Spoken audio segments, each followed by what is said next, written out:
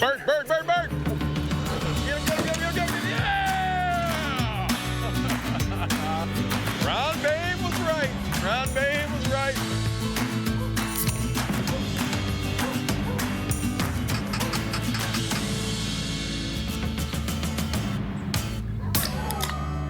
I'm feeling spry.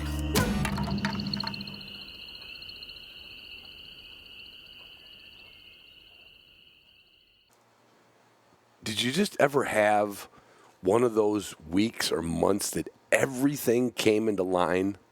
I mean, seriously. I have been getting my summer to-do list so done. New power to the barn and to the kennel. New underground service. I did a trencher, backfilled it, got the boxes on the side of the building. My electrician neighbor came over last night, hooked everything up. We're back and running here. Fans, air conditioner, lights, everything's working in the kennel. The freezer out in the pole barn is working again. I had to plug that in every 8 hours to keep everything frozen. But I'm telling you what, everything's lining up. Tomorrow morning I leave for Bozeman. I'm going to go see a bunch of my friends out there in Bozeman from the Meat Eater. Going to get on the Meat Eater podcast on Monday. We're going to talk about Behind the Dog a little bit. And I'm looking forward to that. And then I fly from Bozeman, I fly to St. Louis for the Purina VIP. I know it sounds a little pretentious, but we're going to get a tour of the plant. We're going to go to a Cardinals ball game. We're going to go to a shooting day. I mean, and then I come home, little bit of time. In-laws from Chicago come up. I got a week to get some other stuff done. I go to Florida for a week, come back, get ready, and before you know it, I'm going to be on my way to Sacramento to pick up my four-wheel camper, which is one of our new sponsors. So if you haven't looked it up, look it up. It is going to change my hunting. Now, is it going to make me walk any further? Is it going to make my dogs any better? No. Is it going to make my life on the road 100% improved? Yes. Yeah. It's just, I'm telling you, it's like this month is magic. Not just because it's leading up to hunting season. It's like everything's falling together. Everything. My title sponsor, OnX, we're supposed to do a webinar, me and Justin.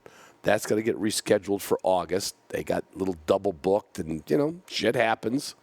But I can't thank OnX enough. You can't thank OnX enough for everything they do to navigate yourself out into the wilds, the woodlands, the uplands, the private, the public. It doesn't matter where you go. OnX Maps will get you where you need to go. And your friends can say, if you're lost, which I used last year, couldn't find the roads, but I could get a pin dropped to me, and boom, there I was. It showed up. There's a good spot to go hunt. Anyway, and Pike Gear, I just went over to Brent's new warehouse. Nice place, just a little bit further from his other one, and got me the green. I got the green Tongas because, I'm going out to, I need some, I wear them. I wear them to the point of destruction, from chores and welding, and I burn holes in them, and Brent hates that. But you know what? You can't find a better pair of upland pants, shirts, vests, socks, still no underwear. We got to work on that. Pike Gear is everything I wear all the time. It's like Boss Shot Shells. This podcast is going to actually have a Boss Shot Shell infomercial, but you'll hear that after you get done with this intro, okay? But they make the only copper-plated bismuth shells in the universe, and that's what I'm hunting with. That's all I hunt with. Of course, I could get by with lead, and if I get to Virginia, I probably will shoot some lead over some dove fields. But if I get down to the Boss plant and grab a case of seven shot, I'll be shooting non-tox at doves. And that's the way it's going. It's the way it's going to be down the road. So get ahead of the curve. And get ahead of the curve. Don't wait till September to buy your October shells. Everything's in stock right now. Every gauge, every shot size that you could possibly want. And it's no time to slack off on cooking. Get your freezer emptied out. In fact, I learned that when my power went out. I'm like, okay, some of this stuff's got to come out of here. We put it in the smoker. I'll tell you, I had an old Bradley smoker that it failed on me. It was a decade ago, and I never threw it out. And my wife, she likes to research things and things I don't, pay attention. And she did a little research, and sure enough, there was a little element that was gone. She got a new element, the Bradley smoker, and we are smoking the heck out of fish. We're smoking some of last year's birds. But what we're using is Walton seasonings, Walton spices, Walton's vacuum sealers. I can't say I used the slicer or the stuffer, but you can't find better. Well, anyway, anything you need to make your wild game kitchen, just go to the Walton's catalog, order it. It's like Christmas in September. Just get the Walton's catalog. You will not be sorry. And when you do that, they will ask you, like, how did you hear about this? Make sure you look for, the Hunting Dog Podcast. They like to see that RIO or ROI. I don't know. Gunner Kennels and Food Crates came out with a new bumper. If you look on my Instagram, you'll see the new bumper. I've never seen one like this. Leave it to Gunner to come up with something else for your dog that nobody else has ever made. It's got a depressed center with breathing slots in it. It's got an end that comes off. It's got an adjustable throwing lanyard on it. You could put, if you want to if you're one of them, especially, I know a lot of people do this. I don't personally. You could put scent in there. You could put feathers. You could put fur. And you could, it's a training dummy that's truly versatile. Oh, there you go. Just like their kennels and their food crates. Like one of my food crates holds chicken food. And you can't do any better than that. Those chickens are happy. Garmin is the only name in navigation. There's some other ones out there. It's the only one in dog collars. Now I know there's this one and that one and this one, but come on. The only collar should be around your dog's neck for peace of mind and for training is Garmin. That's a short intro, right? I'm cutting this down. Where am I at? I'm at 7 minutes. We're doing good. W Hunting Supply is where you go to get your Garmin products. Simple. That's all they need. They even told me years ago, they said, Ron, you don't have to do a big old spiel about us. We know we are the best at customer service for dog training equipment. We know that. Four-wheel camper, which I told you in the beginning, I got to go to Sacramento to get this camper put on my truck. It's not a camper that fits in your bed. It's a cap that fits on your bed rails. It extends over the roof, pops up like a tent. Look it up, four-wheel camper out of Sacramento, California. They needed some representation out here on the east of the Mississippi, and they're going to get it. And I cannot wait. I cannot wait to have this. I cannot wait to live off the grid. They got me decked out with solar panels and refrigerators and a toilet. And I am in my last motel ever on a hunting trip. Don't need to be anymore. And then this episode, Matt Frank came over. Matt Frank got a hold of me at Pheasant Fest. Well, you'll hear all about the story, how we met, how we re-met, like 12 years after I met him, how we re-met, and how Mossberg has jumped on and said, you know what? I don't think people realize how many guns we have out there, especially in the shotgun world. There's so many different models, so many different gauges, so many different coatings, so many. And it's Mossberg. It's been around since 1918, and they make an affordable quality. In fact, most of the guns you get from Mossberg, I wouldn't say most, but all. But I shouldn't say all because I'm not a representation of them. Well, I'm not our military spec, their pumps, their autoloaders, all their guns are sold to the police and military for decades. And when you get a shotgun from Mossberg, it's good enough for the military. It's good enough for you and me. It is. And you're going to see a bunch of guns coming through here. I'm going to shoot some of I will definitely be shooting. They got a 410 autoloader that's just, oh my God. 410 autoloader. Can't wait to shoot that. Boy, boss is gonna be mad when I go back down to the plant and say, hey, I need a couple cases of 410. They're gonna like, Ron, you don't have a 410. I do now. Got a Mossberg 410. Purina Pro Plan has been feeding my dogs and my daughter's dog, who's here again this weekend. I don't know what else to say about Purina Pro Plan other than I'm going to bring my recording equipment down to St. Louis, and we are going to get a little real time. And I love manufacturing. That's what I work. I worked as a millwright. I had a small company, and I got very involved in the food and manufacturing business my whole life. I cannot wait to walk through that Purina plant and see where the food's made, how the food's made, where the food's made, where they source it from. It's all going to be on probably a podcast in 2 weeks. And then everything else I have, you need one more thing for your dog, and that's Wilderness Athlete. They own and created Canine Athlete. Canine Athlete has Hydrate and Recover, New Dog, probiotics, everything you could do to give your dog that extra edge, especially when it comes to Hydrate and Recover in the summertime or early bird season. Don't let your dog flounder. Okay, don't. All right? So there. And I should mention, just because I should, the Hunting Dog Podcast store. All you got to do is go to the huntingdogpodcast.com. You'll find it. I don't need to do www. Nobody does that anymore except some people. Hunting Dog Podcast store, the Upland Institute. It's funny. We see a big surge in sales right about now. And it's like, okay, I wish you guys and girls would have started training as soon as the snow is off the ground. But God bless you. Depending on where you live, you still got a few months to get ready. And the Upland Institute is a way to get you and your dog ready for this season. Right now, it's not next season. It's this season. And if you're lacking something, go to the Upland Institute and you will figure out. You'll watch our commercials, you'll watch our videos, and say, like, yeah, you know what? I could use to get my dog trained just a little bit.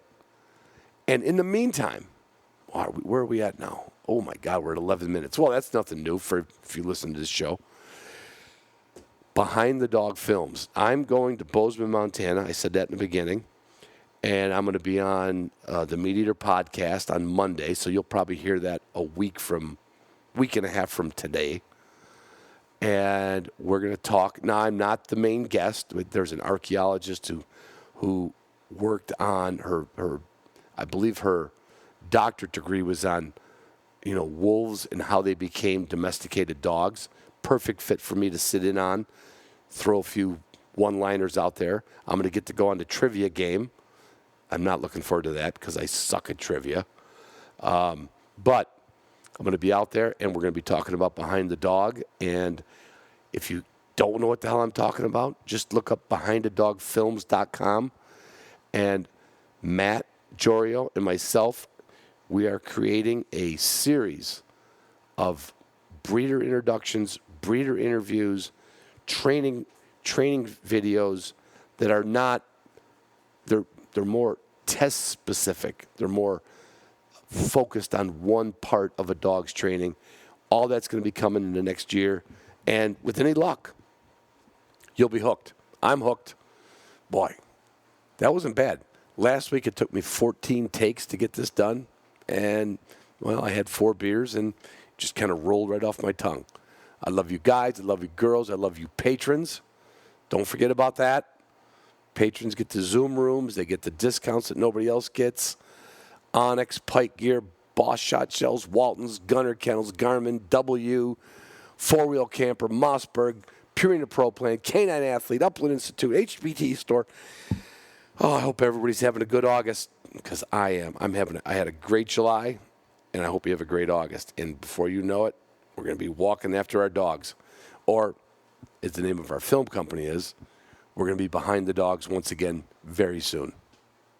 So that was it's a perfect time. So that was is one of the gun shops down 131 down there? What was it? Yeah, Bob's Gun and Tackle. Oh, God, I love Bob's Gun and Tackle. First time I worked in Hastings, it was the sprinkler company, Viking Sprinkler, in Hastings.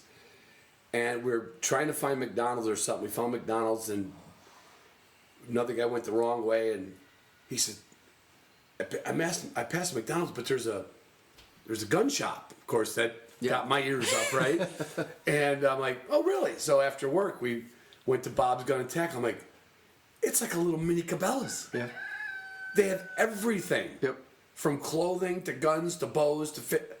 Yep. And I was like, I did not, and I'd been in Michigan at least 10 years.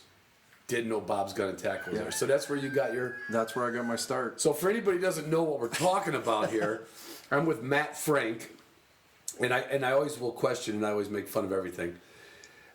You know, it's got to be tough when your last name's the first name and your first name's the last name. You know, your first name's not really a last name, but it could be. It could be. I have three first names. But I grew up with a good buddy of mine, Frank, you know. So it's tough. Was it changed from Francoletti or Frankowski? No, Frank. Frank as far back as I know. Yeah, someone's lying to you, Matt. Anyway, Matt's what's your job at Mossberg? I'm a regional sales manager. And what's I handle Michigan, Ohio. Yep. Just Michigan, Ohio. That's it. And that's enough to keep you busy. That's more than enough. That's law enforcement and commercial sales. So Matt and I met at Pheasant Fest. You came up, shot the shit, and it turns out you're going to have to do a better job of it because when you're judging dogs, the only ones I ever like when somebody says you judged my dog in 19 whatever it was or 2022 or 2015, I'm like, if you had one of the worst dogs I've ever seen, I remember them all. Well, then I feel privileged that I didn't have one of them. I don't remember. So give me the background on that one because I don't remember it, but well, I mean, that was dropped two other names that I know that were there. Yeah, and you know I know them now, but at the time it was kind of crazy. Signed up. I've got my went from setters to a large Munsterlaner. And now, you still have the large? No. I don't have them anymore. No, I didn't think you did. No. Okay. No. And the breeder asked me to run an NA test. Which a lot of breeders do. Yep. And I didn't have a clue what NAVDA was. NA. Just another acronym. I trained I trained this dog like I trained my setters. Mm-hmm. Didn't have a clue what the test even was. I think it was like 2009 or 2006, something like that. Did we do it? Was it in Michigan? Yeah, Southeast. Oh, Southeast. Okay. Yep. By Highland. Yep. And just showed up, and I'm gonna go hunt my dog, and they're gonna tell me something. That's it. So you know how the test went then. Right. Now wait a minute. No, I don't think that was at Southeast. No, because there was a test I was at one time, and it was the first. You weren't first dog up, were you? Nope, I was last. Oh, okay. Because this is a story that I don't. And this is nothing against large Munsterlanders, know, or small Munster, or any Munsterlander. But I was at a test one time, and because we like to use boat ramps for the puppy water, right? Yep. And we did it at Highland. I can't remember what test I was at, but first dog up was a large Munsterlander. And they're not only a different color, different dog, but they're pretty big dog. Pretty big dog. 65, 70 pounds bigger. Yeah. Even though it was a pup, it was probably a year old. And I remember the owner threw the bumper in the water for it, and it was kind of a hard navigation to get all the people there. We didn't want them to have a long walk down to the boat ramp, so we kind of had everybody staged about 10, 15 yards apart. It was shaded. It was a nice day. And this large Munsterlander went back and started a fight with the other 9 dogs in the line. I saw people picking up their and I shouldn't say a fight. No. But he was just going back in owly and like either trying to play, in some cases trying to bite, or with the wrong dog. Yeah. Don't mess with me. Starting something. Right. And I saw this, it looked like a wave at a football field. After the dog got to what would have been the second dog in line, and they started kind of growling at each other. That person picked up their dog. Then the dog went to the next person. All 9 people picked their dogs up like they were holding a dead mountain lion. Yep. And this dog was not having it. So I'm like, thank God that wasn't yours. Nope, that wasn't mine. No, it was an eye-opening day. Right out of the gate. Dog hunted the field great. Did everything. She wasn't to the point where she was holding point. No, but they don't need to for puppies. Yeah, she would flash. I could read her body language. I knew the bird was She there. had enough to establish point. Not really. Oh. It was that borderline.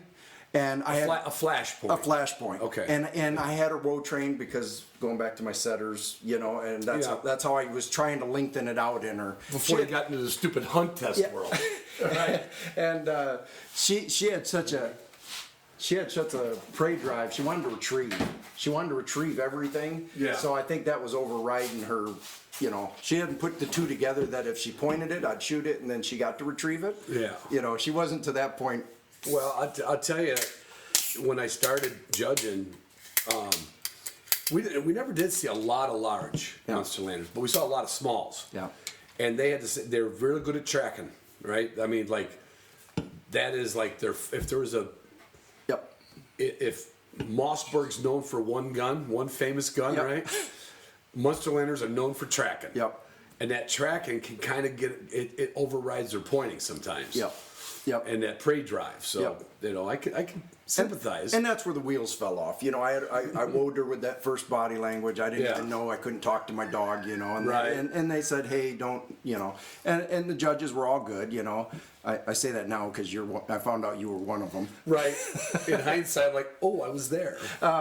But you weren't the one walking with me, handling with me. And, we went and did everything else.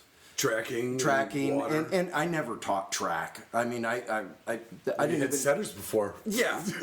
So they explained what it was, and I'm like, okay, there's a pile of feathers, and I just stuck my finger down by the feathers. Let the dog go. And she went off, and I don't know, she got a 2 or a 3 or something like that, But she made forward progress. She made forward progress, worked it out, and no complaints. I mean, because I didn't know. Yeah. And water was a breeze. I mean, she was already, I mean, I didn't even need the lead. I could throw a bumper, she'd go, come back. Probably go without a bumper. Exactly. Yeah. Just want to go in the water. Yeah. And, and she did, it was a great experience. We didn't prize because of the pointing, which to me, all that is just an evaluation of where you are with your dog at that point in time. Oh, 100%. And she had never had a season behind her. No. There's people don't realize that, every dog, they've all got these inherited instincts, but they don't all blossom at the same time. Right. Just like kids in reading, like in math. Like my parents were probably ready to put me in a backwards school, and finally I had a 7th grade teacher that got me like, all right, he's ready to learn. Yep. So with dogs, that's like a 7th grader when they're a year. Yeah. They're they're like pre-teens. Yep. Did she end up, or was it he or she? She. Did she end up pointing later on? When Within 6 months, she was as solid as any setter I ever had.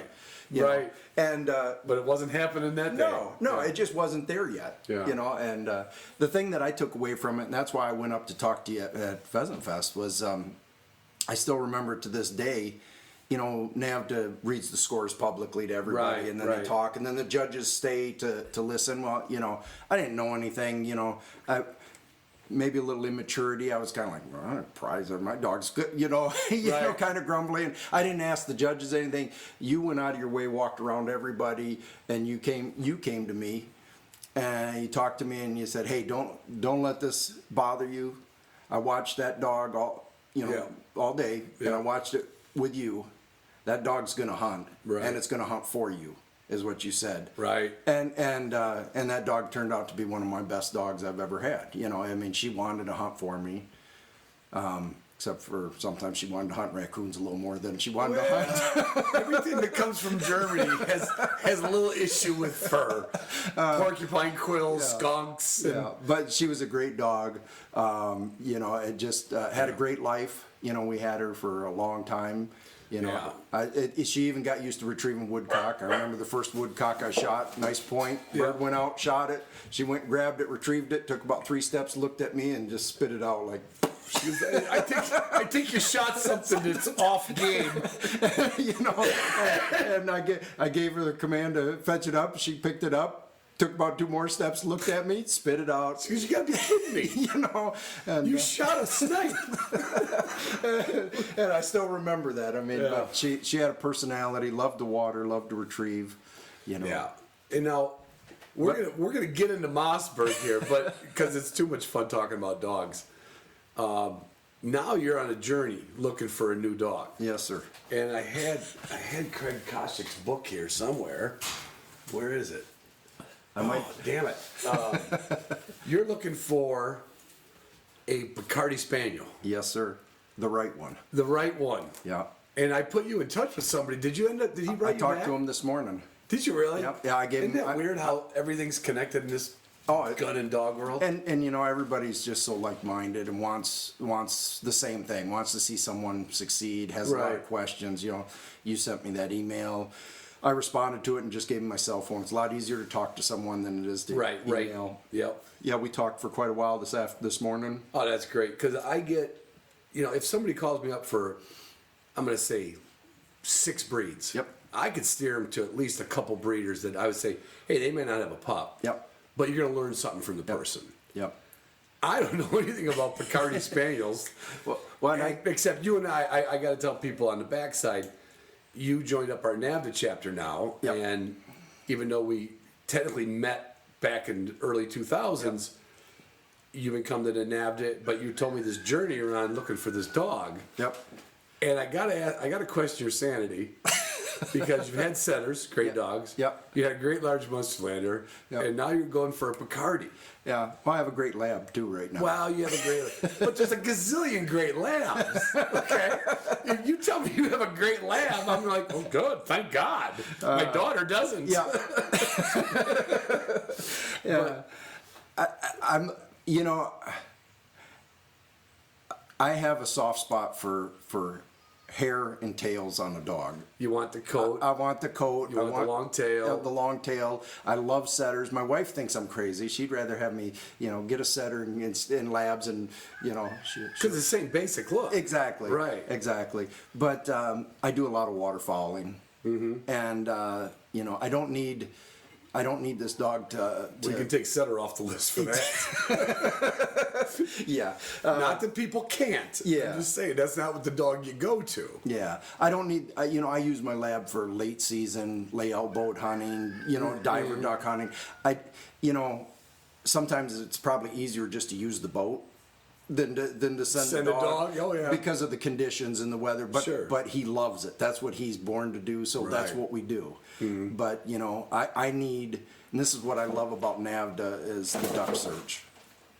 The duck search is what I love. And it is for what we call any pointing breed to be able to tear up a body of water looking for a duck. Yeah. Yeah, and I trained my lab to where, you know, it took him, I'm not the world's greatest trainer, you know, but he can take hand signals, you know, you can whistle set him, you can cast him, but I don't care if he runs a straight line for 100 yards on that cast, because you're not competing with him, you're hunting with him. Most of the time I'm hunting, and it's in the marsh, so he's got the nose. I'm just being... You just got to get him... Use the wind and use... In that direction. Exactly. Yeah. And then just sit back and let him go find it. Let him do what he does. And that's what I want out of a pointing dog, because I'm blessed to be able to hunt a fair amount. You know, grouse, woodcock. You know, I can go waterfowl. You know, go out west. You know, and there's some things out west that I haven't hunted that have been I've wanted to for a long time. We'll refrain from the term bucket list, but. I don't like that thing, but you know, to me, it's a place I haven't gone to that has a tavern. Exactly. You know, I don't like that term because, you know, I turned 50. I need reading glasses now. You know, welcome to the club. My warranty ran out on my body. Mm-hmm. You know, but you know, I know there's been a big increase because of social media of knowledge of like the quail, the southeast, and places to go. Yeah, yeah. But you know. I've always wanted to hunt. Everybody, you know, now everybody's talking about the Mearns quail, which are beautiful. I love the terrain they're in, but I've always wanted to hunt a scale quail. I just think scalies are prettier. Just you know, the terrain they're in, the plentiful. I haven't had a chance to hunt them. Yeah. And I want to chase a sage grouse. Just say I did it. Yeah, I did that myself. Yep. Took a couple. I'm like, okay, that's good. You know. They're like a B-52 coming off the ground. Yeah. I still managed to miss my first one with both barrels, and my dog pointed it, and I mean, it would have been the best brag story in the world, and couldn't make it happen. And a guy down the line, in fact, Tom Franklin, he used to work for Quail Forever, and then he worked for, his buddy worked for TRCP. I can't remember who he works for. One of the other NGOs in Virginia, and I fumbled that gun. This sage grouse got up so slow I saw its beak open.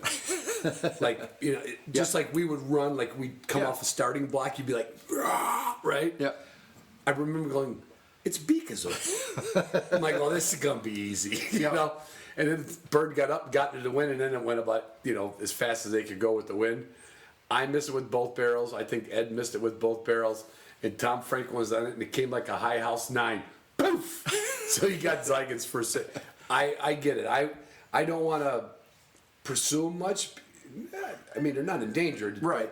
You know, they're not a gazillion of them, and there's a big. We can go into all that habitat. We won't. Yep. I'll bring Ed back on to talk about sage grouse habitat, but I get it. I mean, getting a couple of those. I don't have the desire to do like every bird in North America. Right. But when I had the chance to do a sage grouse. Yep. It's pretty special. You know, and we're blessed here in Michigan. I mean, you know, my place on northern Saginaw Bay, I can start grouse hunting, woodcock hunting the minute my feet touch dry ground off the bay, you know, from duck hunting. Right. You know? That's not bad. That's not a bad job. You know, so why not have a dog that, you know, can do both well? I do upland hunt with my lab, but they're not upland specialists. They're not. They're just not. You know? You have to have, for me, I know there's some guys that are really good at it, but for me, I got to almost like have a strategy. Like he's going in here, and I got to position myself somewhere where I can. Do you know the Heller brothers? Yeah. Okay, Fritz and what's Fritz's brother's name? He's gonna be mad at me because they listen to the show. I'm sorry. Yeah, their labs are grouse dogs. I mean, hunt, like high energy, make them move, make them fly, and when they go after grouse, it's a military movement, right? But a pointing dog in a grouse woods it could just be you and that dog and a nice walk. So and it's just enjoyable to watch. Is that the Bacardi? Yeah. Trying to get that all-purpose setter that right. But can also do the water. Can do the water. They love the water. Yeah. You know, and the gentleman that you sent me his contact, and we talked. You know, he's doing his homework. You know, I've talked to most of the breeders, and he's already reached out to most of them. He you know, and he wanted to hear compare notes. Exactly. Yeah. And so because there's so few of them. You know, I think there's listed in NAVDA on the registry. I think there's 250, 260 dogs. I think there was 300 broccos when I started 18 years ago. So that's not a lot. No. Yeah. And so, you know, they're importing more and more because they're really watching the DNA, the genes, you know, and is that journey, is that search working out good? I'm waiting. Last time we talked, you kind of had it narrowed down to 1 or 2 kennels, right? Yep. I'm working with Cast Iron Kennels in Wisconsin. Rick is a great guy, and they had a litter earlier that I was on the list for this summer, and it just didn't work out, you know, and he's breeding his other female this fall, and that's actually, for me personally, the breed. That'll be a winter pup. A winter pup. You don't have to worry about trying to. Yep. You got like a whole 9, 10, 11 months to get ready. Yep. And I think, to me, it's some of the best, the bloodline genetics that I'm looking for. Right. You know, I mean, there's a lot of other good dogs. I mean, because there's so few of them there. Well, you know, it's hard when you go for what everybody calls a minority breed. Yeah. And that's the one time you got to do your research. I still get calls because of all the I had probably a dozen, maybe 14, I can't remember. Had a couple coned litters of Broncos. And I was in with the Bronco Club, and unfortunately they weren't aligned with my views because I wanted to make sure that I thought the dogs had to be at least hunt tested because in the minority breed, you've probably found that with Picardis, not everybody's a hunt. I mean, they're a hunter, but you want to prove yourself at some point. You're selling a sporting dog. Yep. So you do want to see some credentials. Exactly. You don't want to hear the breeder say like, "Oh, he's a good bird dog. My buddy had a good bird dog," and you know. And they have a loose alliance, you know, where the breeders, it's not a true club, but it's an alliance. And the breeders, from what I can see, they talk, they communicate, they have compare notes. Yeah. And they all want them to go to hunting homes, but you know, not everybody gets to. What's the definition of hunting home? You know, I'm blessed to do what I do for a living. Right. You know, working for Mossberg, I get to some days I get to call hunting work. You exactly. know, which I never got to do. When I went hunting, means I'm not at work. Yeah. You know, so do you think this is going to be this fall, this winter litter? Yeah. That's what we're working for. And I mean, there's always the option to import a dog. That scares me just because I've never done it. Right. And I did it once. I got very fortunate. Yeah. I don't want to say lucky because the breeder did all the work, so that's not luck. Right. But the luck part of it was I saw him on Facebook. Yeah. I'm like, wow, this guy does all this stuff with these Bracos, and he sent me Bravo, and he flew out of Frankfurt. Dog came with a passport, pet passport, and dog took that trip from Frankfurt to DC. A girl I know, picked him up for me. She says that dog came out of the kennel like he was crate trained already. Yep. Tail wagging, kennel clean. Yeah.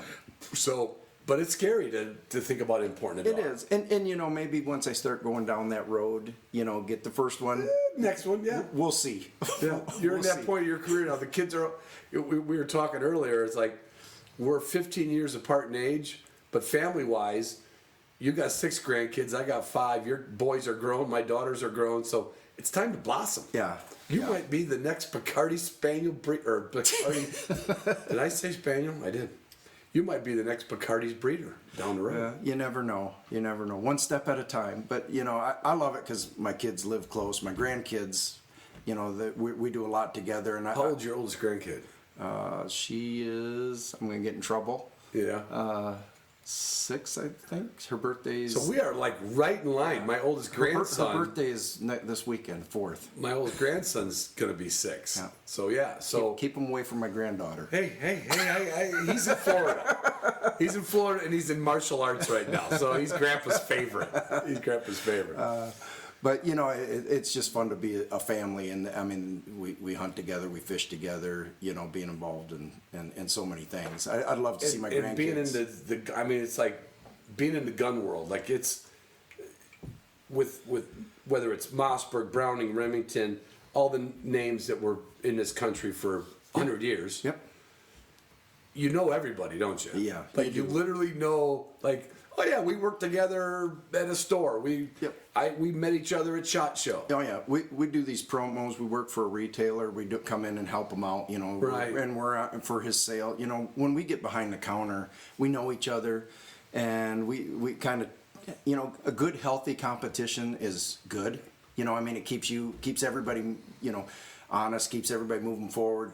But when we go in the store, we work for that retailer. We're there to help make sure the customer gets what they need. Do you spend like sometimes a whole day at the stores? Oh yeah. When they Jays will have their anniversary sale. Yeah. We'll be there. All But will the other gun companies Yeah, be there? yeah. And so you're all there, like a little mini show. It is. Which, by the way, I just had out on the tailgate or the hood of your truck. And the hood of my truck, the tailgate of your truck, I literally had just a little mini Mossberg show about maybe an hour ago. Yeah. I am shocked at how many different guns. How many SKUs did you say? We're over 300. 300 different models of Mossberg. Yep. We make everything from. Everybody knows us for the 500. Right. That's been around. How long? 60 years. Yeah. 60 plus. Yeah. Over 13 million shotguns made. Of that model. Of that pump, yeah. Yeah. The pump family. And but we do bolt action rifles. We do semi-auto shotguns. We do rim fires. We do pistols. Yeah. We do everything. Break open, over and unders. Yeah. And that's what we were looking at on there. And what makes me proud to work for Mossberg, I've been doing this for a little over 20 years. Yeah. In this industry. Yeah. And Mossberg is, it's still a family-owned gun company. They're on their 4th generation. And it's like... same name, same family. Same family. I just got you a beer, but I wasn't sure if you... No, that's fine. 1919 they started. That was 2 years after my dad was born. Yeah. And they, and they're such good people. They're humble. They take care of their people. I mean, it's a pleasure to work for them. I don't know if I don't want to say you're a Mossberg historian, but you got to learn all that stuff when you're out on the road. So, what did Mossberg enter the industry with? A pistol. A pistol. A 4-shot pistol called the Brownie. Why do I know that name, Brownie? That rings a bell with like a 4-shot. 4-barrel, like a little pepper box. That's really. Yep. Almost like the little under the card game. Yep. They made it for the trappers. What caliber was it? 22, I believe. Someone will correct me. Or But some small rimfire. Yeah. It was kind of like that survival outdoor pistol. It was kind of made for the trapping world, that when Which everybody trapped. everybody trapped. Yeah. It was meant to be that pocket pistol that you needed to dispatch an animal or provide dinner. Wow. That was their first entry into the gun, Yep. a Brownie. Yep. When did they get into the shotguns? Or do you know? They got into the pump shotgun that we know today in, I think it was 61. Okay. But before that, they made some shotguns. They actually made a pump shotgun that was magazine fed. I don't know if it was 10 years before that, but for a long time they made rimfire rifles. That was their bread and butter. That was They made training rifles for the United States Army, World War II. They So they've been making military guns even back in World War II. Yep. They made the training rifles, No shit. bolt action rifles. Yeah, and that's what everybody knows us. We're just kind of a household name, but we got over in the United States Army. I think we got it's like I want to say almost 40 years.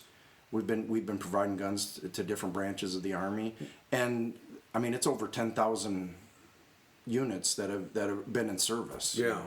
And that would be Or 10,000, 100,000. I think. from ARs to trench Primarily guns. shotguns. Oh, That's still for military shotguns. Yep. I remember we were talking about, you brought that one, what model was that with the corncob forearm? That was a 500 with a retrograde. With the retro. See, I gotta have retro. Because, in fact, if I had a screw gun, I could show you my secret safe on the side of that wall that nobody could tell's there. And I got this old Model 12 with the corncob, but a very small corncob. Yep. Yep. Actually too small for a full-grown man's hand. And I saw that, and it made me think about every pump shotgun. I don't know my history, but let's just say from the 30s, even though the pump's been around the late 1800s, but when that groove corncob pipe forearm came in, everybody went to it. Yeah. So you guys brought that back. We brought it back. Just a little. I love nostalgia. Yep. Yeah.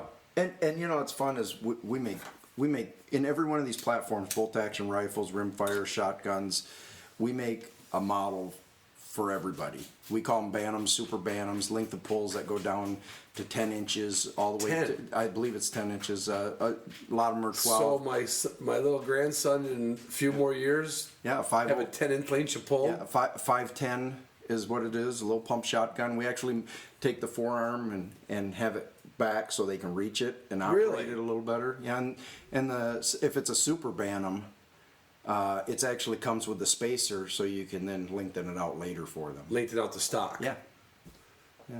Well, Lawson, I know my son-in-laws might be listening to it, but my grandson's not listening to it. Apparently that's what we're going to have to get. What does that come in? What gauges? 410 is the primary one, but we do Oh. it in 20 as well. 410 is perfect for Yeah. beginner. For a beginner. Oh, yeah. Just to get used to the recoil. I mean, once you start hunting, a 20 is a superior, for the amount of Yeah, shot. I wouldn't. I was telling you my daughter's going to go out to North Dakota with me if everything, all the stars line up. And I gave her, I had a Beretta 686. Yep. So Mackenzie, her twin, they're not identical twins. Mackenzie was bigger, taller, stronger, and Kelsey was kind of slight built. And so Mackenzie, I had a friend of mine traded me a 1100 20 gauge skeet model. Yep. Or skeet barrel. And it just fit her. Yep. It fit her good. And nothing fit Kelsey because she was small. Yeah. And I mean, I didn't have a Mossberg dealer or anybody I knew, because how long have they had that short length of pull? Is that? No, we've been doing it for a while, but you know, Mossberg's so humble. We just go to work every day. You know, 1919, their philosophy was they want to build more gun for the money. They just want to build good quality guns for the average guy, and for the masses. You know, and they still. So if I would have found one, that one might have been Kelsey's gun. Yep. I took the cutoff saw to a Beretta 686. Okay, everyone's gonna be like, "You idiot!" And I took about 2 inches off that stock, and I put one of them leather Velcro pads on it, and she still shoots it. But now it's too short for her. Yeah. You know.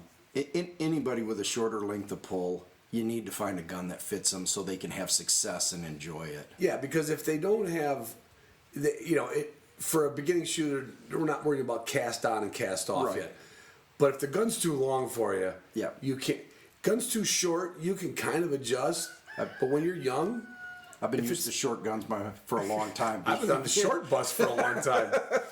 But having that shoulder fit to the trigger is the key. And that's why I cut that perfectly good gun down. Exactly. And that balance and being able to handle the recoil. You know, make it fun to start, and then you're set for life.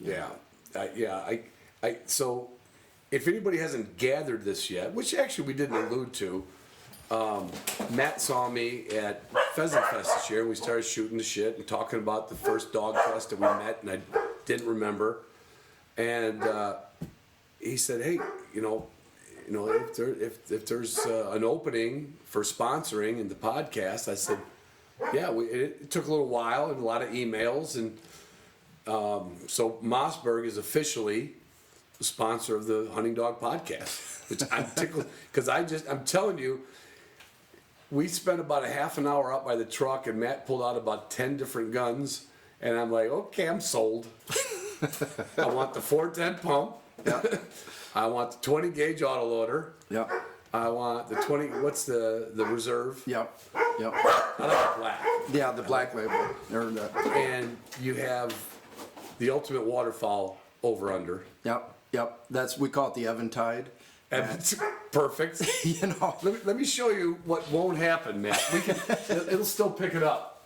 I had a gun that was in a gun case for 3 years.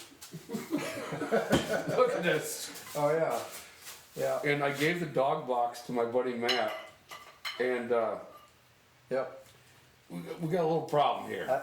I'd like to say that's never happened to me, but I think we've all been there. But I think if that gun in that gun case it had an ant nest in the gun case. Literally 1,000 ants were in this gun case. So I think that rust is actually ant pee or ant urine. Yeah. But if I had that synthetic plastic stock, all matte finish, I don't think it would have looked like that. Yeah. I mean, my personal gun, its serial number was 007. It was the 7th gun. Was it really? And I've had it in the ocean in Cape Cod numerous times. I had it around saltwater. In the saltwater. Yeah. I mean, in it. I had it in the South Dakota. I had it, here hunting here in Michigan. I go shoot sporting clays, and it's a great training gun too, because you can't wreck it. We're using it for shooting the poppers and the blanks. Yeah, and when you do get a gun that's got like better wood and better bluing, you do get a little apprehensive. Yep. Like, oh, it's raining out. Yep. But that black one, what's the model? What was it? Eventide. I Yep. remember that. And we should be launching a 20 gauge version of that, which will be a great all weather grouse gun. I'm looking forward to it. Yeah, because that's another thing. I don't want to take out an old. I got some old English guns. In fact, I got an old 2.5 inch. Yeah. And then you gave me, what were those, Aguilera? Yeah. What was this? A 1 3/4. 1 3/4. Those things are. I want to shoot that with one of the Defenders. That would probably hold 10. Yeah. Yeah. Would that thing chambered? Oh yeah, the 590S, that little gun that I showed you, Right, the with the shockwave. pistol grip? Yeah, that's designed to shoot those. That'll shoot 1 3/4, 2 3/4, 3 inch. You can interchange them. It'll shoot them all. Really? Yep. It's designed for it. Sweet. That's gonna be. We're gonna have some fun with this shit. I'm telling you. I can't wait. Not only that, the tie into the dogs, like, and I know this is probably not a fair question. Is there anybody in the Mossberg family that still is a dog person? I mean, they could still be gun people. I don't hold it against them. Is there anybody out there that's still a dog person? Well, I think everybody's a dog person, but you know, as far as actively training and hunting, there's a couple that we talk about. Some of the guys that I work with, the regional sales managers.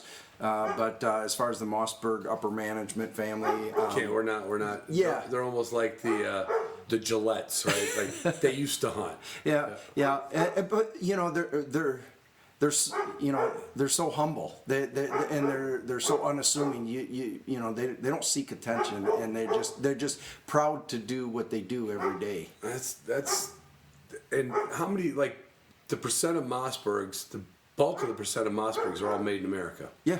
We have 2 factories: North Haven, Connecticut, Eagle Pass, Texas. And we're gonna go down to Texas, you said, maybe? Do a little shooting. I might turn into one of them guys. I might turn into Hickok. There you go. My new podcast will be Hickok 46. You ever watch Hickok? Yeah. He's done some good stuff. Yep. But no, it's great. It's just working there. It's like a family atmosphere. So if you got 2 states, Michigan and Ohio, I would bet in a lot of gun companies you'd probably have 8 states. You know. Yeah, I mean it can be quite large. I've worked for other companies where I had 4. You know, I've had 7. So how many guys are like you, roughly? You don't know exact number, but is there a dozen I think Matt Franks out there for Mossberg? there's only one Matt Frank. Well, Thankfully.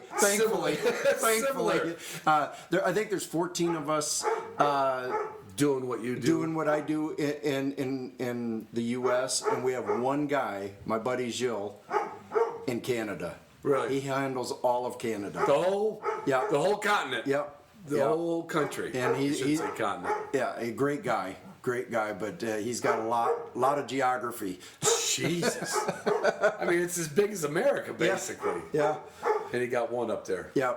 Is there any? Same line of guns, everything's the same across the borders?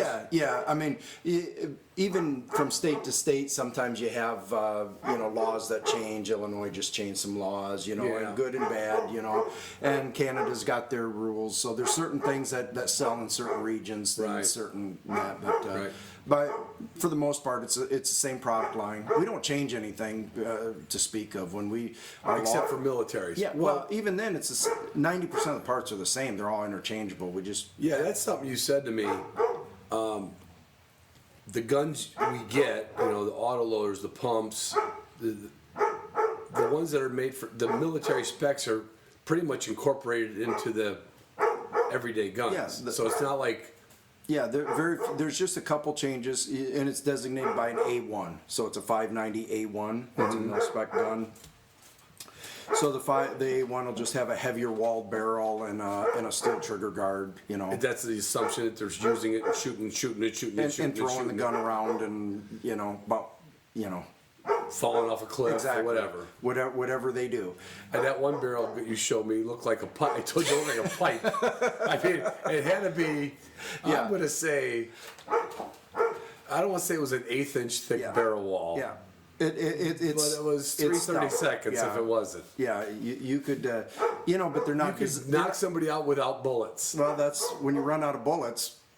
How about bayonets? We do have bayonet lugs on some. On that gun? Yeah. And then you got the red dots, which I'm gonna be like, I unabashed. No one's ever heard me say I'm a gun nut. Yeah. I've got 2 pistols. I've got 1 bolt action, 2. I think I got 3 bolt action rifles, and I got 40 or 50 shotguns. Yeah. I got too many shotguns, so I'm a shotgun guy. But you can never have too many. You gave me that. What gun was that red dot on? That was on a 940, but which is the 940 tactical, the semi-auto. Yeah. But we do it on the pumps as well, like that 410. Yeah. I just got to take the plate off because that'd be good for turkey then, right? Yeah, that's what it's designed for. But I'm gonna I'm gonna use that for. But the gun is grooved out. Now the sight's not a Mossberg sight. No. What was the name on that one? I saw it. I'm not remembering. I'd have to look at it. I have quite a few different But brands. they're milled on the top of the receiver. Because we use a aluminum receiver. Yeah. It's thicker, and we were able to then mill down the receiver to drop in Tap the holes in it. and put a reflex sight, a small reflex sight, which are common on pistols now. Right, I've seen it on that one pistol. Yeah, and so you don't have to raise your cheek weld. A normal cheek weld on the shotgun, just like you were wing shooting. You just put the gun up and you look through it. There's a red dot now floating out there. Right. Now, we don't recommend that for bird hunting because everyone knows you got to look at the bird, not the barrel. Well, But turkey. now there's a red dot floating out there at the barrel, or at the bird. Well, if I could do that on duck. You can. I do it. Are you sure? I'm Come positive. on. I'm positive. You can pay attention to that red dot? Yep. Because it's there. You don't have to pay attention to it. When you swing it up on like a duck, and you're swinging on out, and you know hit his bill, hit it, and you're swinging through. There's just it's like Sesame Street when you used to read the words with the bouncing ball. That's all it is. It's just saying pull the trigger. Oof. That's it increased my. I'm not saying it's going to work on quail or pheasant, but ducks I could see. Pheasant it'll work. Yeah, they're not big when they get. I mean, I panic on pheasant. I'll be honest with you. My friend, Tyler. I panic with quail because it's just like. Yeah, but that's a different animal. That's like which one? Which one?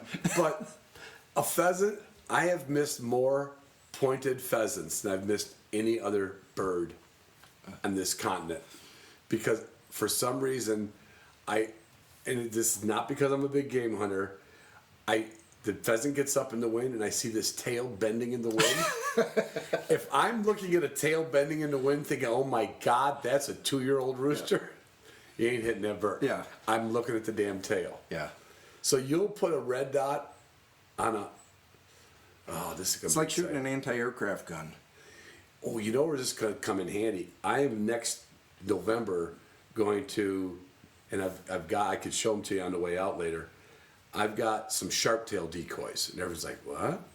Sharp-tail decoys? Well, in the wintertime, sharp-tails are very flocky. Yep. They go here and they go back to here. And a guy wrote, what was his name? He wrote it in Pointing Dog Journal, I think. I had him on the podcast. Apologies again. And he set up he hand-built some decoys. Yeah. So, you know how sharp-tails will sit on a hay bale or a Yep. tree limb? He set up a couple different poles, and he literally had sharp-tails decoying it. So the red dot might help. Oh yeah. Because they're not fat, they're very steady. Yep. I could maybe, if I miss though, it's gonna be your ass. But I'll try it We'll get you out on a sporting clays range, and we'll have you shoot some clays with it. with a red dot. With a red dot. Come on. Yeah. It's not traditional. I mean, it's not, but now you got me interested. Yeah. I don't claim to be a great shot. I don't think I drop any more targets at the end of the day shooting with a red dot or without a red dot. Now, I miss some targets that I normally make without a red dot, but I make shots that I normally miss. Like some weird dropping shot. Yep. That's gonna be a challenge for me to get my head onto that. We'll have to get you out in one of my layout boats out in Saginaw Bay, and you can shoot old squaws as they come out of the decoys. I'm not good in the water. I need like 4 life preservers. I had a good friend here that built a layout boat. This is probably 10, 12 years ago. And Muskegon's got a great little flyway here. Yeah. All the different. Well, not Muskegon exactly. But they built their own layout boat, and then my buddy Sean Budd had his regular fishing boat, so he was a tender boat, and they took turns in this layout boat. I'm not saying they did a great job with the layout boat, but they went out there and they said, Ron, you got to come out. You got to shoot these. I'm like, how deep's the water? He's 60, 90 feet. I'm like, nope. If you could tell me the water was 4 feet deep, I'd get in it. Yeah. So if I go to Saginaw Bay, what's my chance of drowning? No one's drowned it yet out of my boat. Well, then that's not. I can deal with that. With that. Jeez. But I have gone on the Eastern Shore. Yeah. My buddy Chip Parkins and I went years ago. I think it was 2008. I think it was '08, and we got a guide that took us to the Eastern Shore, but he had us in little blinds. Yep. And he moved us like 3 times in a day, and we had a couple days there, and got in some brants, some divers. Yeah. And them buffleheads. Oh, yeah. Come across that water. Oh yeah. That It's wing shooting. It doesn't matter if Yeah. if it's it's like carnival wing exactly shooting. exactly. And Because there's no, I mean, there's a surprise because they can come out of nowhere, but sometimes you're just like, oh my God, yep. they're 100 yards away. Wait. Here they come, 3 feet off the water. Yep. I'll take you up on that one. Yep. I'll do that. I'll do it, but I might need like 2 life preservers in a buoy. I have a thing about going over my head in water. I can't even tread water. My wife used to be a swimming instructor, and we've been to the lakes, and she made sure the kids learned to swim early. I'm sure your kids had to, you know. And we go to Lake Michigan, and I'd be like, "Where are they at?" She goes, "They're fine. Yeah. They're fine." And I'm not comfortable. Funny thing is, I'll go in it. Yeah. Nothing will stop me out, but I get a little If tight. it makes you feel any better, I only swim out of necessity. If I'm swimming, that means the boat isn't underneath me anymore. Oh, good. Well, that just makes me feel grand. My family loves it. My wife loves it. I just, if I'm swimming, there's a problem usually. I'd rather be floating or sitting in Yeah. a boat. All right, well then I can do this. Yeah. So what are we gonna set me up with this year for hunting season? 20 gauge something. Yep. Yep. What's first? Well, we'll probably get you, I think, probably Gold Reserve, All right. 20 gauge, 28 inch, 26 inch barrel, I think, on that. Well, I like short barrels. Yeah. Or shorter. And then I'll get you the Eventide 20 gauge when Yeah. that comes in. So, Yeah. And And we gotta try one of them 410s out. yep. I think you need to try that little 28 gauge semi-auto Yeah. that I had out here. And that's what I love about that. We were talking 410, and we were talking 20 gauge for different people, beginning shooters, Right. that kind of stuff. We actually make that in 28 as well, with a shorter stock. Because to me, that's perfect. That's a better shell Exactly. than a 410. So it's very effective, and it's still kind of what we call kid size. Yeah. Yep. You know, Yep. Recoil is reduced. That's a big thing. Yeah. You know, it's funny because as the guys get older, it was like, oh, I'm going to sub gauge. You don't have any problem handling the impact, but for young kids, Yeah. 28's a great. To me, it's the perfect, and it's an up and coming. It's a resurgence in popularity. You're seeing these 28 gauge TSS loads for turkey hunting. Yeah. I mean, it's just blowing up. Right. So I And think you use a lot of Boss ammunition. I Another shoot a one of lot my of it. fine sponsors. I think now I owe you. I got to get you some Boss. See what I can do. I'll talk to Brandon. yeah, they're great guys. Have you been down there to their plant? Oh yeah. Yeah. That's a great facility. Yeah, and they're good people. Last year I got tied in with Wounded Warriors in Action, and I helped guide a wounded veterans hunt, and they donated shells. I mean, I ran into Lee at a decoy show in Chicago, and we were doing some carving demonstrations. I carved duck decoys. And, You do? Yeah. And So you might be able to do your own sharp-tailed decoys.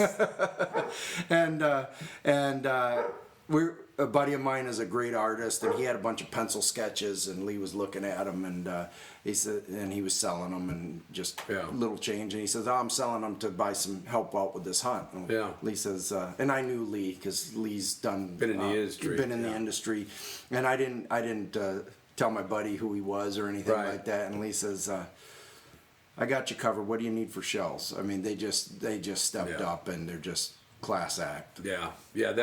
That's like another Mossberg story. Boss. Brandon. He worked in the plating industry. He was a duck hunter. Yep. He started making his own loads. Yep. And he's like, you know what? I'm gonna do it. Yep. And they don't. They're not even in the stores.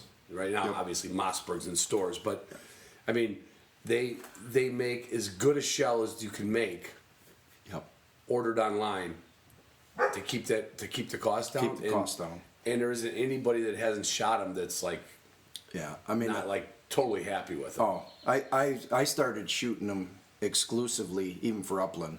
Yeah, me too. Just because I went to South Dakota last year. I don't know if I'm going to be in a WMA today, looking for a pheasant, this, that. I don't have to worry about if I got lead with me, with me. It's just... Now, granted, like you and I they probably set you up with some shells. They set me up with shells, but I've hunted out there enough, and I've taken all the shells out of my pockets and put in a non-tox, and then gone back on private and put in that copper-plated stuff is just... But at the end of the day, that's made from Mossberg. Yeah. At the end of the day, that's the least expensive part of your hunt when you go places. I know. And people get hooked up on that. They'll go for a cheap shell. Yeah.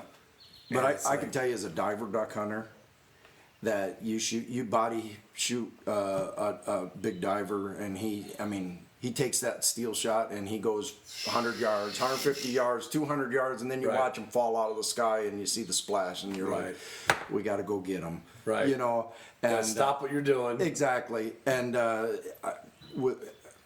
not making a Boss commercial, but they go 30 yards, 40 yards out of the decoys, and they just fall dead. You hit them with this. If you could simulate hitting with the same pattern, it's deader than. Yeah, the penetration and whatever the concoction between the bismuth, the nickel plated, and the copper plated.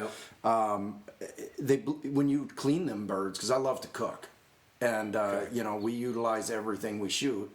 I mean, it looks like you make confit out of the legs too. Oh, we cook them down. Yeah, duck hearts too, and I love hearts. But you'll have so much bloodshot gel inside that rib cage that you don't get with steel. The trauma, and they bleed out, and they just die so much quicker. Yeah, because they do pattern well in as our a bird guns. or a waterfowl, upland or waterfowl.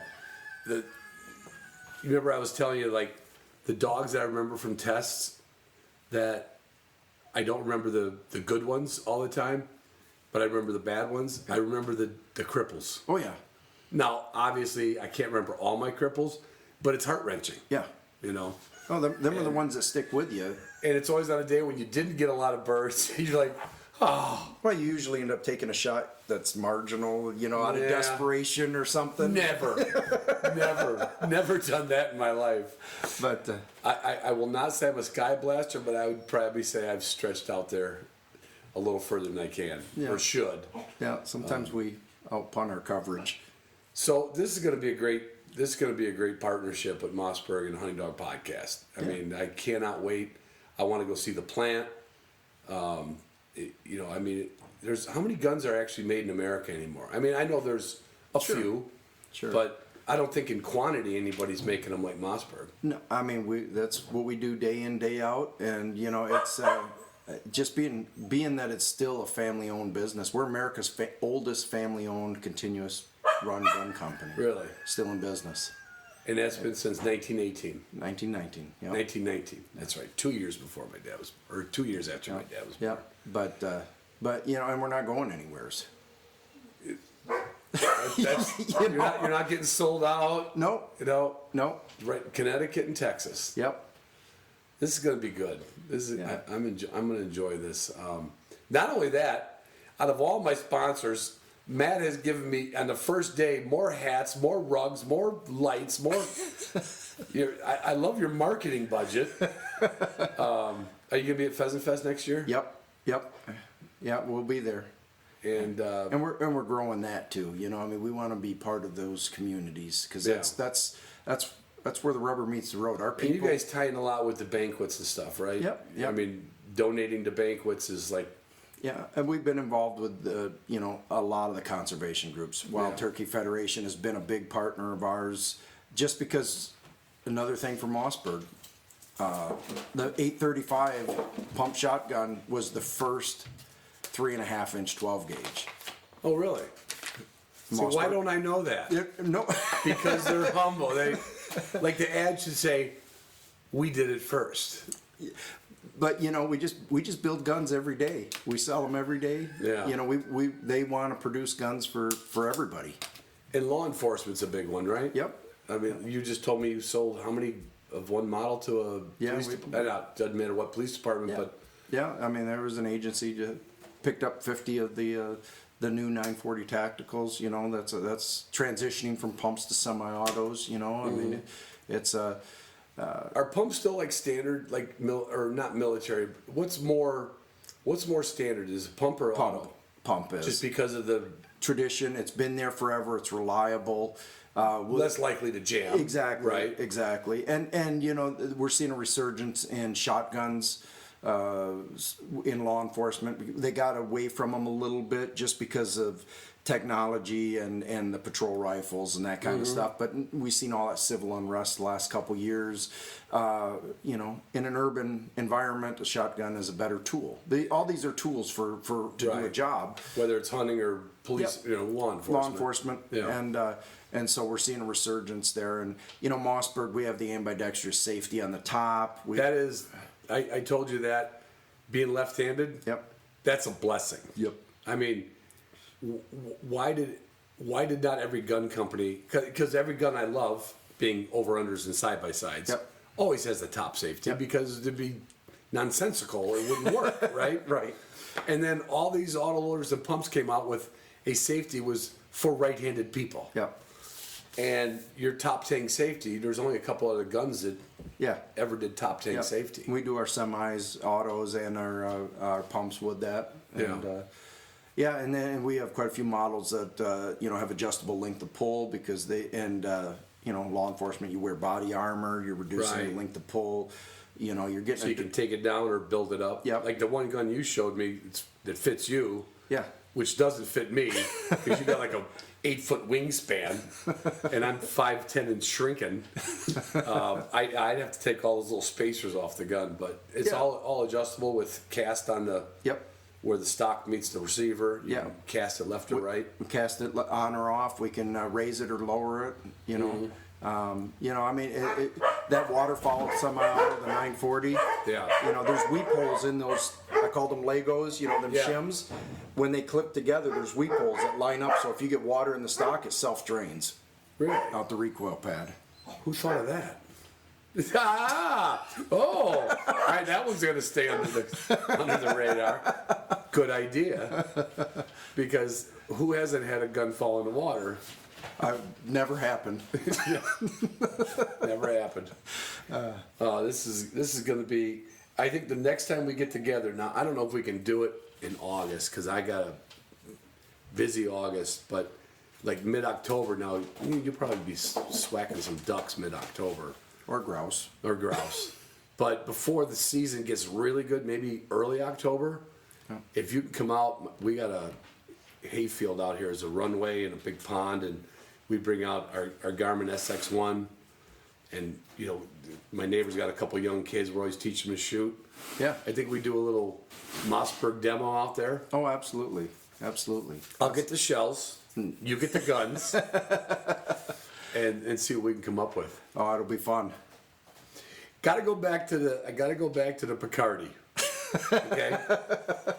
Yeah.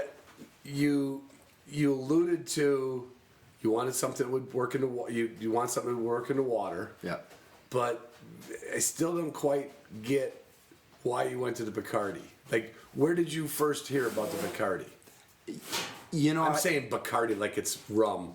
It's with a P. P. Sorry, everybody. Bacardi. Oh, we call it an Epignon. Epignon Picard. Epignon Breton. It's Epignon. We know that. But how did you hear about it? I really don't know, other than being involved. Well, like NAVDA, they have their list of dogs. Right. I'm kind of a nerd, whether it's guns, hunting, dogs. You like getting into minutia? Exactly. Yeah. I mean, my inside of my brain looks like one of them murder mystery cop shows with the Scrambled eggs. chalkboard and all the pictures and strings. Those strings. I'm sorry for you. But I always seen it as a spaniel. Sure. And for I've heard the name, seen the pictures for a couple years, 2-3 years, maybe And spaniels don't point. You know, and then someone said something about a Brittany Spaniel. Right. Well, And I'm like, Brittany's pointed forever. Brittany's point. They just changed the name. They just changed the name, right? And then I went back and then I started looking at it because I have a soft spot for setters. I've had English setters. Sure, you mentioned the coat and I've had Gordon setters. Sweet eyes. Sweet eyes. They love you. I'm a softie.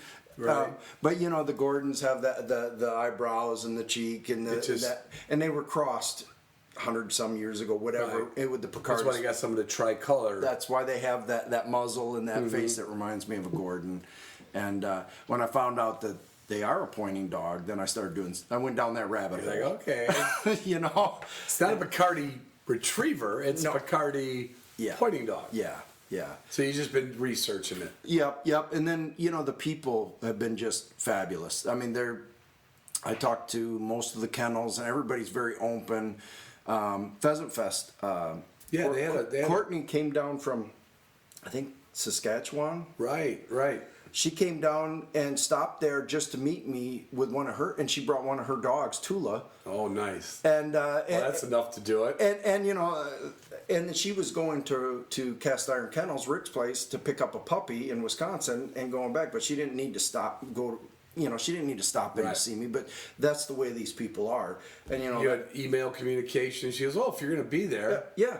And you know that I'm petting the dog and looking it over, you know, looking at its feet, looking at its head, Right. you know, just kind of, you know, and it just lays its head in the crook of my arm and looks up at me with them eyes, like, you know. We're done. You know, and then I went and seen Rick, and I started, you know, seeing his dogs, and then we have a couple here in Michigan, northern Michigan. Is there a couple that test up there? Yep. They're in the northern chapter, and they're great people. I talk to them, and I mean they're sending me videos. We talk, and I mean everybody's such great people. You know, I mean. Yeah, you could bitch all you want about internet and social media, but with the dog world, it's made it really transparent. Yeah. And really, I don't. It's certainly easier to find a dog. It is. But it's also easier to find a good dog, because those, like the series we started, Matt and I started, called Behind the Dog. We're going to highlight over the next year or two the best breeders we can find in every breed. Yep. I shouldn't say the best is not the good breeders. Yeah. Because nobody can say the best. You know, that's what's the best dog? Yeah, right? it's yours. Right. And it's the one that retrieves something for me. Yeah. Appointed, but. But you know, those breeders that reach out to you and communicate with you, Yeah. I mean, that's a lesson for everybody. If you get a breeder that's like, yeah, okay, yeah, I want one to engage. I want one that engages almost to the point of like, hey, don't call me tomorrow. Yep. You know. And you know, I talked to, I went up to Cam's place for the Ames and Rules clinic there, and you know she knows Craig Koshik, and you know, so you just start talking, and you know, she breeds wonderful Weimarans. Right. I pronounce it wrong. Sorry. It's Weimar Weina. Weimar Weina. But you know, and then I talked to. It's Jennifer from Washington. Jennifer Lipinski. Yeah. You know, she's hunted with Craig, and she's got the Longhars. Yeah, the Longhars. Were you thinking about one? Oh yeah. Because that's setter-like, right? But it's nice long brown hair. Going back to the to German. We're going French. We do not like to kill everything. We don't. Let's go have fun. You know, maybe have a drink afterwards. I wasn't planning on cooking raccoon tonight for dinner. But you know, I had a long talk with her, and just great people, you know. And she's like, yeah, we hunted, and they complimented each other well together, and you know, and just open, honest conversations. It's easy to get kennel blind, like this is my dog, this is what it is.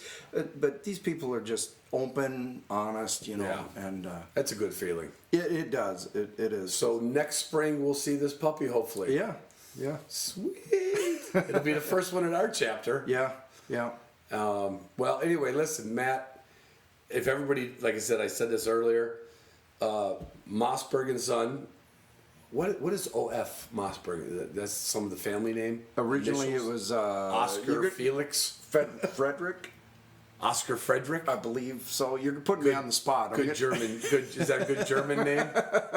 What is Mossberg? Mossberg's got to be Berg. Yeah, it's got to be. It's European. It's European. Right. Yeah, I know. And they are joined into the podcast now, and you're probably going to hear Matt and I do a few of these because as much as you said, how do we do a podcast? I'm like, yeah, we just kind of shot the shit for the last hour and 20 minutes, Matt. And I see a few more of these coming up. And I do want to ask, you told me about one of your, what do you call them, pro staff, the women that shoots all over the country. What was her name?